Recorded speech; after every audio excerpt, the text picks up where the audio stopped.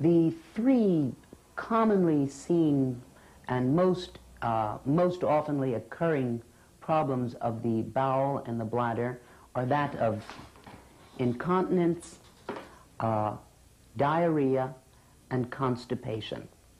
Now, I think it's important to understand that diarrhea and constipation are really very similar, and they follow along the same spectrum. Look at it this way. When you eat something, the food goes down your esophagus, into your stomach, into your small intestine, into your large intestine, into the rectum, and then is defecated. And your intestines have a speed at which they work. Food usually spends 20 minutes to 2 hours in the stomach, and that depends on how much fat is in the food. It may spend 3 to 5 hours in the small intestine, and so on. And usually the food that you eat is defecated within 12 to 72 hours after you eat it. Now, it is normal for people to have 3 bowel movements a day, and it's normal for people to have 2 bowel movements a week. One's intestines are just as unique as one's face, and they have their own physiology and their own characteristics. And really, as long as one is comfortable, there is no correct number of bowel movements to have.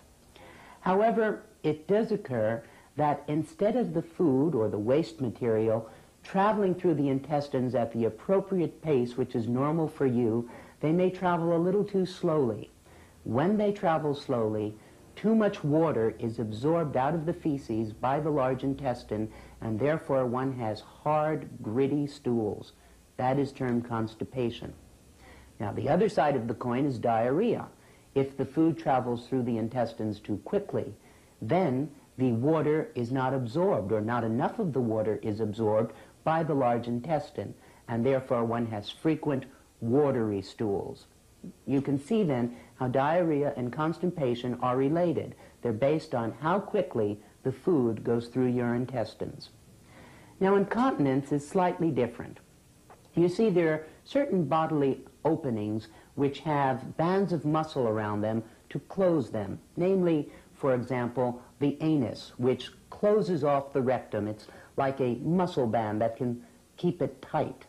And when one has a full rectum and there's no bathroom available, one learns how to tighten the muscle, tighten the anus, so that one does not defecate in a socially unacceptable place, so to speak.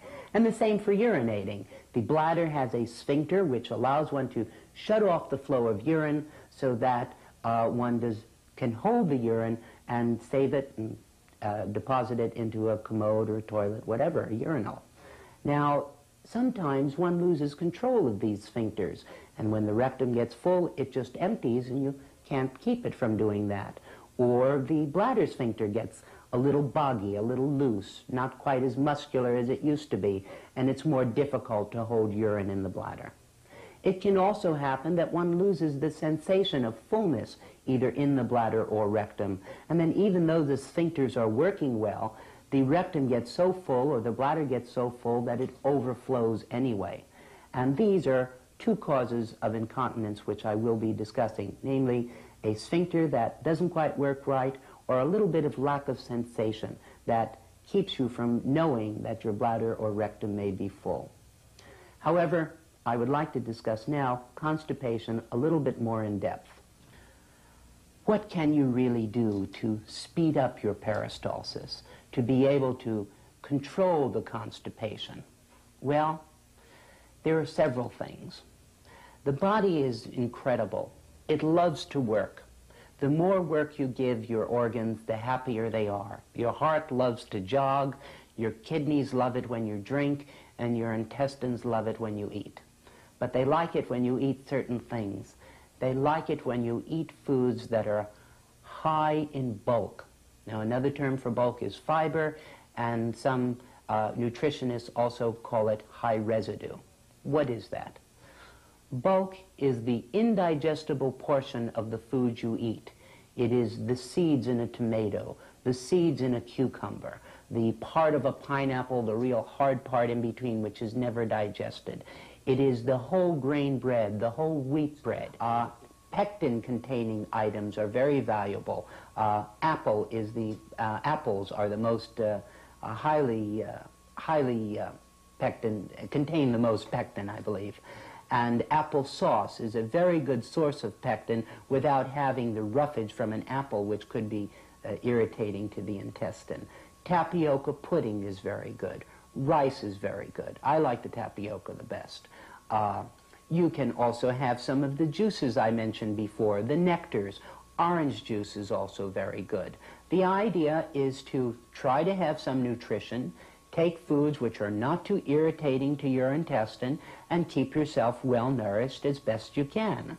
Now, if you find that you're having very severe diarrhea, but you're also vomiting and cannot keep food down, it is important to call the doctor, because you must have some source of fluid and some source of nutrition. But as long as you can keep foods down, then eat foods that are agreeable to you.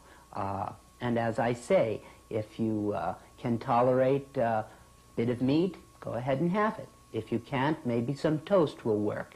If you can't have that, then try to eat the most bland, simple things you can, like even baby foods, which are often recommended. They have nourishment, and they're very gentle on the intestines. So these are some of the ways which you can use to control diarrhea. And as I say, I think it is important to bear in mind that you understand what is causing your diarrhea before you make any judgments about what to do about it, since it can be an indicator of disease. And there are various treatments for diarrhea. I just might say that there are some very potent drugs used for diarrhea, like Lomotil or Imodium. And before you take these drugs, it is very important to understand what is behind the diarrhea.